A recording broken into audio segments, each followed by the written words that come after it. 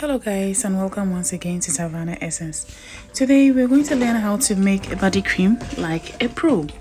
This is what the Pro cosmetic formulators do, and I just wanted to take you through the process of how to make this beautiful cream. It is for myself and I have very dry skin, so this is what I use for my dry skin, and it's helping me over the last couple of months. And so this is going to be an emulsion. We'll have a water phase, we have a oil phase, and then we'll have a cool down phase. So I'm starting with the water phase. First I measure the glycerin, and then I'm adding the xanthan gum. Now xanthan gum is water soluble, meaning it disperses very well in water.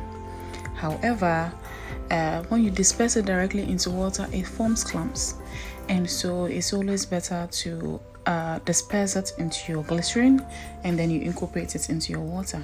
I like xanthan gum in my formulations because it gives this beautiful viscosity and this smoothness and silky feeling to your final product, and that is the reason why I like it. Glycerin is a humectant. That means it draws moisture onto your skin and is very excellent for people with dry skin like myself. So now that we are done dispersing the xanthan gum in the glycerin, we're going to measure our water. Now again, for people with dry skin, you need a lot of hydration on your skin or in your skin, and so water is the best form of hydration your skin can ever ask for.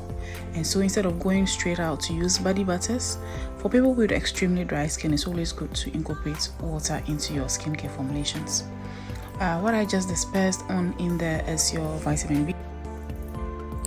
As vitamin B5, which popularly called panthenol.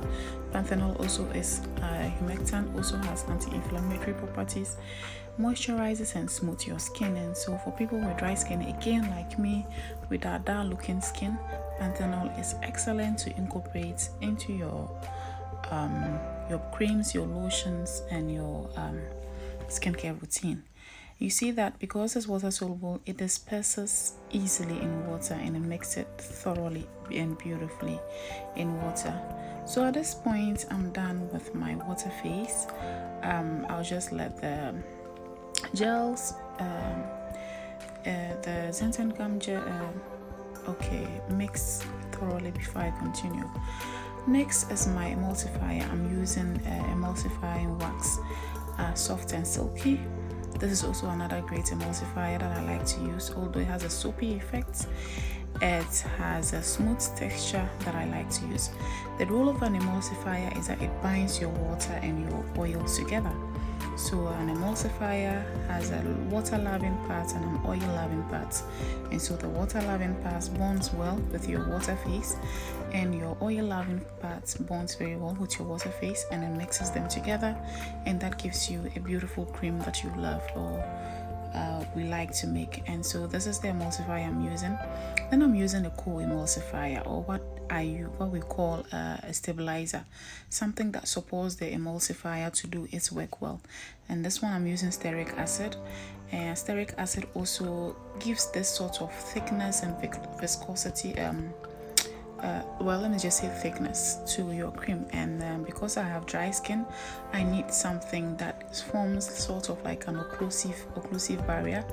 That means it forms a layer of protection that ensures that I don't easily lose water from my skin, right? So my skin doesn't stay dry continuously.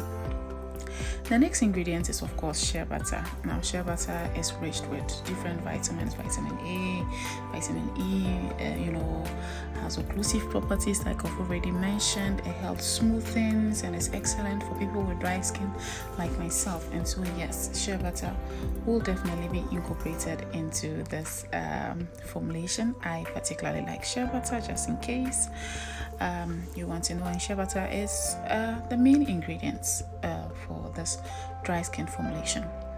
Now next we are going to add coconut oil. Now, I know for facial formulations, coconut oil is not advisable because it is comedogenic, means it has a potential of clogging your pores, but in this case, it's excellent for your skin.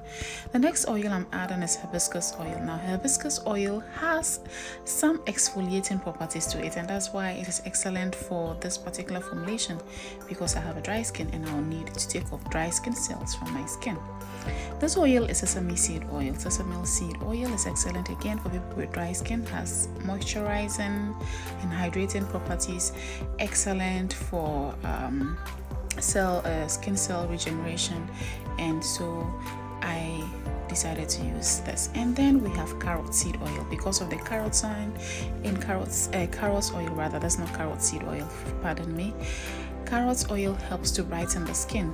People with dry skin naturally have dull looking skin, so carrot seed or carrot oil in this case will help give a very beautiful and vibrant color to the skin. So these are the two phases. This is my oil water phase. What I'm now going to do is to thoroughly mix in gently the water into the xanthum gum and the glycerin mixture. Another thing is that xanthum gum naturally is a thickener, right? So even in smaller quantities, this is in 0.5%, it will still thicken your water phase, and so you'd want to incorporate it bit by bit. Again, it clumps if it's not properly incorporated, and so I want to mix it gently to ensure that it's thoroughly mixed before I now pour it into the actual water to start the heating process. So this is now the final water phase, and this has panthenol, water, glycerin, and xanthum gum. And then this is the oil phase, and we have shea butter, emulsifier, thickener, and then my hibiscus coconut, and then my carrot seed oil. So at this point, my oils and my water have been heated using a double boiler method, and then I am ready to start with the emulsion proper. So the next stage is to pour in the oil phase into your water phase, not the water phase into the oil phase, because this is an oil and water formulation, right? And so I'm pouring in my oils into my water because the percentage of the water is more than the percentage of the oils. And then I'll stick blend. Now, most of you know this channel to be a soap making channel, so stick blending isn't much of a new technology for most of us, but you need something to mix these things thoroughly. Mix the oil and the water phase thoroughly to ensure that you reach that emulsion. You reach the part where they are thoroughly mixed together. And so I'll do this for some time. Now this mixture is very hot, and so as it cools down, the batch starts to thicken up. As you keep stick blending and as it cools down, it comes into an emulsion, but then again it thickens up beautifully into the cream that you want. And so depending on your recipe, it will either give you a lotion, or it will give you a thick cream, or it will give you an emulsified body butter. So it depends on your recipe. And so you stick blend it for some time, then you leave it for some time, and then you come back and then you stick blend it again. So that's the procedure in this case. Alright, so I think I set it up for some 3 to 5 minutes, and then it's beginning to thicken up beautifully. And then I come back again and I stick blend it, and then I let it rest a little bit, and then I come back again and then I stick blend it.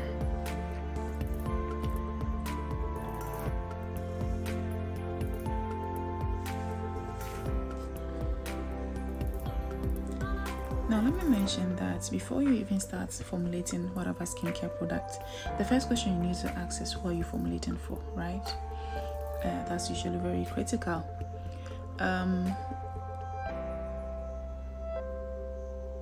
If you do not know who you are formulating for, then you will not know the kind of recipe you are coming.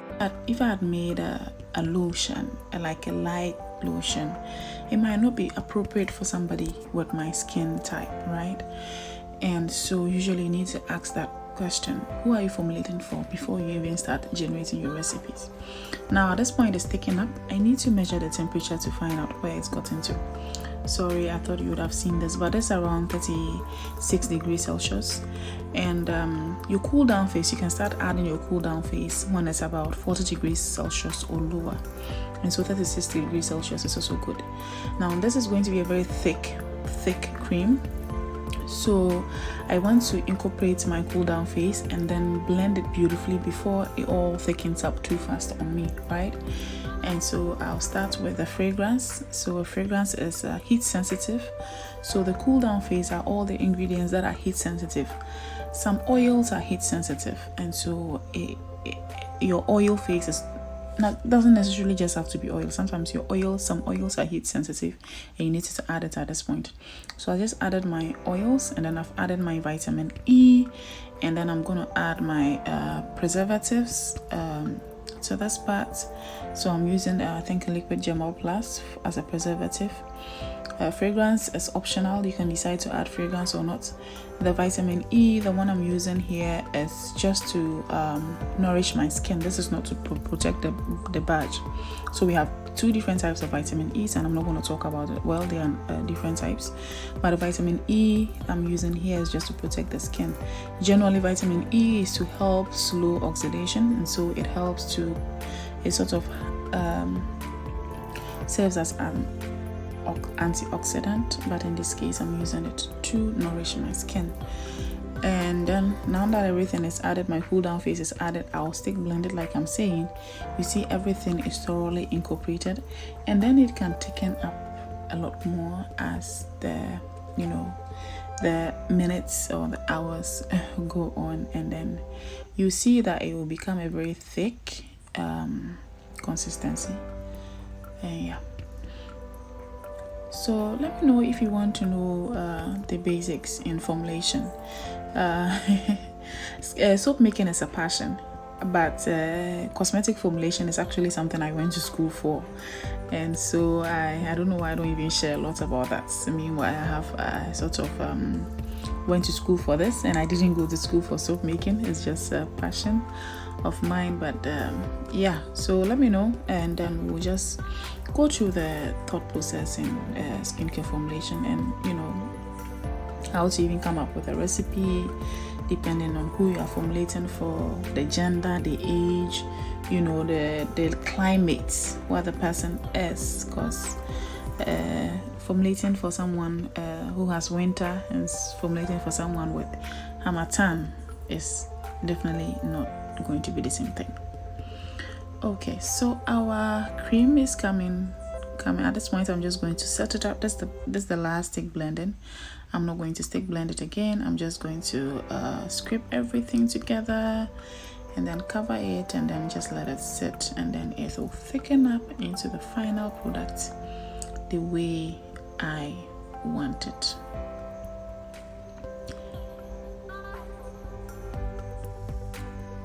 Okay, so I set it up for a few, think about some 30 minutes, and then you see it's thickened up beautifully, and this is exactly how I want my. It's like a body butter, but it is not a body butter. It's, well, you can call it an emulsified body butter, but the texture is a little bit still light, although it looks this thick, the texture is still very light. And so for someone with dry skin, this is what is good for me.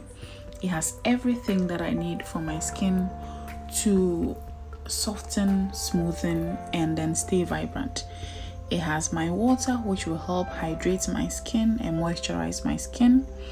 I have my humectants in there. I have my glycerin, and then my panthenol. They will help draw in moisture onto my skin, giving my skin that plump and soft and vibrant. I have my oils that will serve as an occlusive barrier, ensuring that the moisture from the water, I don't easily lose it from the surface of my skin. Then I have my different oils that serve different properties. So for instance, I have my carrot oil that will help brighten my skin. Then I have my vitamin E that will help stop some of the oxidation from the sun and then give me that beautiful glow. And then I have my shea butter that will also give me that occlusive barrier. I have my little fragrance that gives me that sensory feel. And then I have my preservative that helps to ensure that we don't have any microbial growths and this is not contaminated. So this is how to make a body cream depending on your skin type, like a pro. This is not just one of those DIYs, you know, this is actually something you find in a well-established manufacturer's catalog. Okay, and then maybe subsequently I'll tell you what exactly made my skin this dry. That's not how my skin used to be. There's a story behind it, but we'll get back to where it used to be. So thank you very much. If you like this or you enjoy this, kindly give us a thumbs up. Please subscribe to our channel. Let us grow. We'll grow together, and I'll share a lot about these things, because don't forget I actually went to school for this. Okay, so let me know, and then I'll also give you an update on my dry skin. I'll let you know how effective this is. This is my second time I'm going to be using this, so the first time I really enjoyed it. Thank you and have a nice day.